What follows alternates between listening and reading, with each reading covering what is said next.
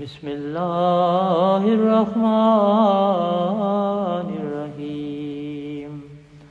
اللہم صلی علی محمد وعلی آل محمد کما صلیت علی ابراہیم وعلی آل ابراہیم انک حمید مجید اللہم بارک علی محمد وعلی آل محمد کما بارکت علی ابراہیم وعلی آل ابراہیم انک حمید مجید۔ کل میں نے عرض کیا تھا کہ حضرت صلی اللہ علیہ وسلم نے فرمایا کہ جو شخص 40 احادیث یاد کرے گا اور اس کو میری امت کی اصلاح کے لیے استعمال کرے گا تو قیامت کے دن میں اس کے لیے ایک تو اس کی شفاعت کروں گا اور دوسرے میں اس کے ایمان کی گواہی دوں گا۔ تو اس حوالے سے میں نے عرض کیا ہے کہ اگر ہم 4 احادیث یاد کر لیں تو حضرت مسیح موعود علیہ السلام کے دعووں کو اور جماعت احمدیہ کی صداقت کو پیش کرنے میں ہمیں بہت مدد ملے گی، بہت سہولت ہوگی۔ ان میں سے پہلی حدیث یہ ہے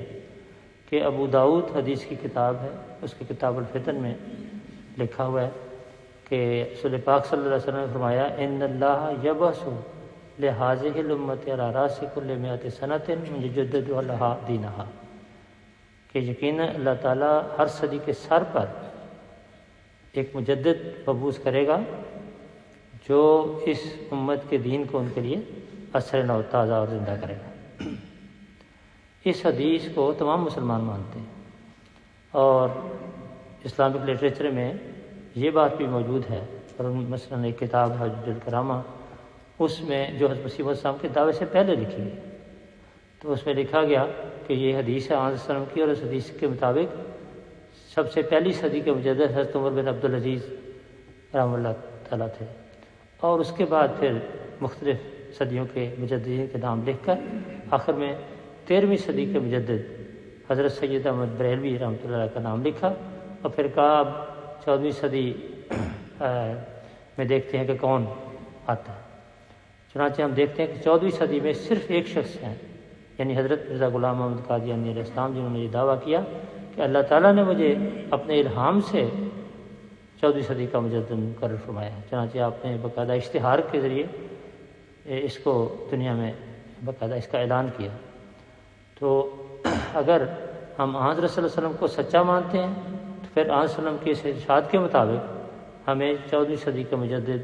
حضرت مرزا غلام محمد قادیانی علیہ السلام کو بھی ماننا چاہیے۔ اللہ تعالیٰ ہمیں توفیق عطا فرمائے کہ ہم اس کو خود بھی یاد کریں، اپنے بچوں کو یاد کرائیں اور اپنے پورے ماحول میں اس بات کو پھیلائیں تاکہ لوگ جماعت احمدیہ کی صداقت اور حضرت مسیح موعود علیہ السلام کے دعوے کی صداقت سے مطلع ہوں اور ان کے دعائیں کریں۔ اللہ تعالیٰ ہمیں اس کی توفیق عطا فرمائے۔